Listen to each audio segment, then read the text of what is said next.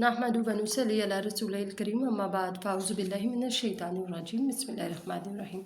हम क्लास 6 का मैथ करने जा रहे हैं और क्लास 6 के मैथ का जो क्वेश्चन नंबर 1 है वो आपको हम दिखाने जा रहे हैं और आपको समझाएंगे कि find LCM of each set of numbers using prime factorization method.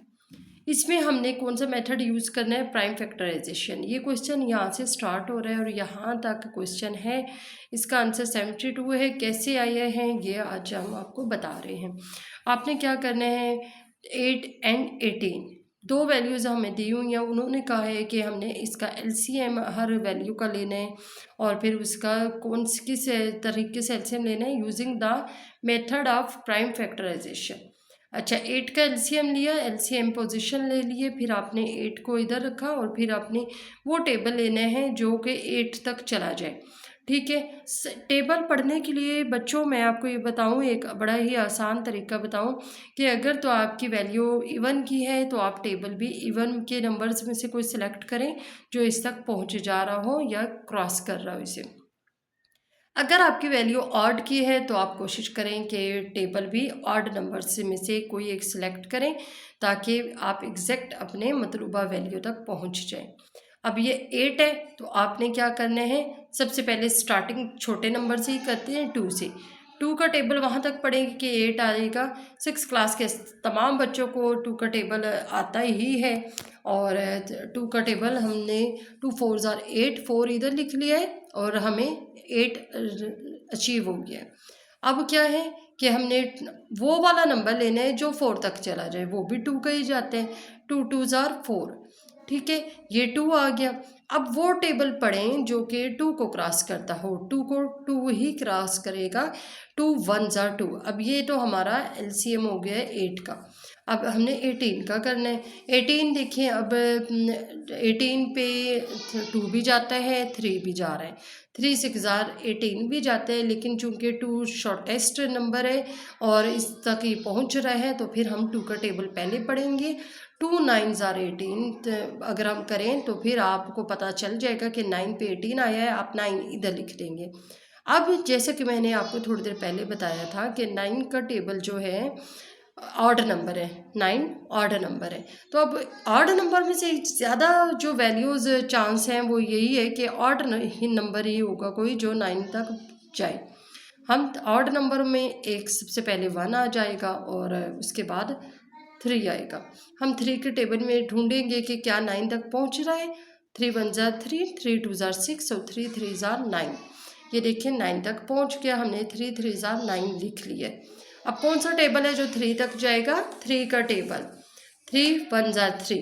अब ये दोनों वैल्यूज़ के आपने एलसीएम ले लिए। अब उन्होंने आप कहा है कि using the method of prime factorization, तो हमने क्या करेंगे, द प्राइम फैक्टराइजेशन ऑफ 8 की प्राइम फैक्टराइजेशन क्या है, यानी ये जो साइड के नंबर्स हैं आपके 2 × 2 × 2, और इसी तरह हम लिखेंगे द प्राइम फैक्टराइजेशन ऑफ 18, इसके भी इसी तरीके से लिखेंगे 2 × 3 × 3, यहाँ पे उठा के इसको यहाँ पे लिख दिया हमने। अब हमने क्या करना है, common prime factor of 8 and 18, common prime factor लेने हैं 8 और 18 में से कौन सा है ज़्यादा, कौन सा वैल्यू आ रही है। ये देखें, एक वैल्यू ये है, एक वैल्यू ये है।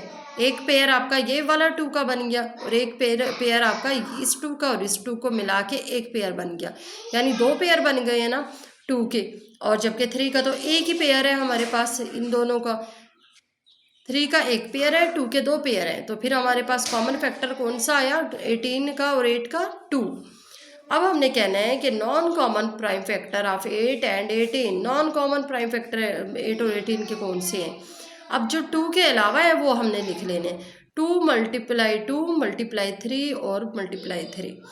2 कॉमन फैक्टर इधर से ले लिए, 2 कॉमन फैक्टर इधर से ले लिए, तो ये हमारे पास बन जाएगा। इसके बाद फिर हमने क्या करना है कि यहाँ पे हम लिखेंगे, ये देखें, एलसीएम ऑफ 8 एंड 18, 2 × 2 × 2 × 3 × 3, इन सबको मल्टीप्लाई आपस में कर देंगे अकॉर्डिंग टू द साइन। 2 2 ज़ार 4, 4 2 ज़ार 8, 8 3 ज़ार 24, 8 का टेबल 3 तक बच्चों पढ़े तो 24 आता है। 24 को 3 से अगर मल्टीप्लाई करेंगे तो 72 आएगा। यानी हम ये कह सकते हैं कि जो हमारा आंसर है वो है 72। अच्छा बच्चों, अब हम अगला क्वेश्चन कर रहे हैं। ये भी इसी तरीके से हमने using the method of prime factorization हमने करना है। जो पहले क्वेश्चन समझाया था इसी तरीके से ये दूसरा क्वेश्चन भी ऐसे ही करना है। ये देखिए, ये है हमारे पास 28। ये हमारे पास 9th क्लास का मैथ है, इसके भी करने हैं। ये देखिए जी बच्चों, हमारे पास है 28 और 49, दो वैल्यूज़ है। जैसे ऊपर हमने 8 और 18 थी, अब हम दो वैल्यूज़ 28 और 49 दी हुई है। 28 का भी जैसे कि मैंने आपको पहले ही बताया बच्चों कि आपने एलसीएम लेना है। सबसे पहले एलसीएम लेंगे 28 का और इधर 49 का एलसीएम ले लेंगे। 28 में जो लास्ट वैल्यू है, दो नंबर्स हैं, दोनों नंबर्स का जो लास्ट नंबर है वो 8 है। इससे हमें पता चल रहा है कि हमने टेबल 2 का पढ़ना है या 4 का या 6 का या 8 का, यानी ये कि इवन नंबर लेने हैं। टेबल पढ़ते हुए भी इवन नंबर लेने हैं। अब आपने क्या किया, तो सबसे पहले तो 2 है शॉर्टेस्ट नंबर इवन नंबर्स में, तो फिर हम 2 से स्टार्ट करके देखेंगे कि क्या 2 इसको मैच कर रहा है 28 को। 2 1 जार 2, 2 2 जार 4, ठीक है। 2 3 जार 6, 2 4 जार 8, यानी ये कि देखो 2 को मल्टीप्लाई अगर हम 14 से करें तो 28 आ रहा है। हमने 1 और 4 इधर लिख दिया। 2 1 जार 2, 2 4 जार 8। अब हमने 2 का टेबल वहाँ तक पढ़ना है कि हमें 14 मिल जाए। तो 2 का टेबल 2 7 जार 14 आ गया, 7 लिख दिया। अब आपने वो टेबल पढ़ने हैं जो 7 तक डायरेक्ट जाए। देखिए ऑड नंबर के जितने भी टेबल हैं वो ऑड नंबर ही पढ़े जाएंगे, ऑड नंबर के ही आएंगे। ये वैल्यू ऑड नंबर की है तो इसके ऊपर टेबल भी ऑड का ही आएगा। आपने 7 1 जार 7 लिख देना है। इसी तरीके से ये देखो 49 है। 49 का कौन सा टेबल है जो आपका 49 को क्रॉस करे। तो जैसे कि मैंने इधर समझाया था आपको बच्चों, तो इसी तरीके से आपने 9 को देखना है। 9 ऑड नंबर है, तो ऑड नंबर को इसको देखते हुए हमने क्या करना है कि 7 का टेबल 3 का, 5 का, 7 का, 9 का, इनमें से एक टेबल लेना है। 3 का टेबल हम पढ़ के देखेंगे तो वो तो नहीं इस पे जा रहा। 5 का टेबल भी नहीं जा रहा। 5 9 जार 45 होते हैं। और फिर 7 का पढ़ के देख लेंगे। 7 7 जार 49 हो रहा है। तो 7 का टेबल अगर 7 तक पढ़ो 49 आ जाता है। अब वो टेबल पढ़ें जो 7 को कर जाए, तो 7 तो ऑब्वियसली 7 पे ही जाएगा। 7 1 जार 7।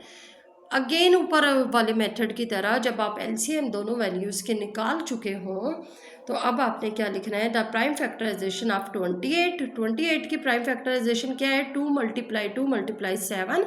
और इसकी 49 की प्राइम फैक्टराइजेशन क्या है, 7 मल्टीप्लाई 7। अब हमने कॉमन फैक्टर इनमें से पता करना है कि कॉमन फैक्टर कौन से। कॉमन फैक्टर भी देखते हैं, हिसाब लगाते हैं। कॉमन फैक्टर वो होता है जो ज़्यादा आ रहा हो। ये देखिए एक पेयर ये है, एक पेयर ये है। अब इनमें से ये तो एक एक पेयर है, ज़्यादा कौन सा नंबर आ रहा है, कौन सी वैल्यू 7 की आ रही है। हमने कॉमन फैक्टर 7 करने हैं। अब आपने ये करना है कि non common prime factor of 28 and 29।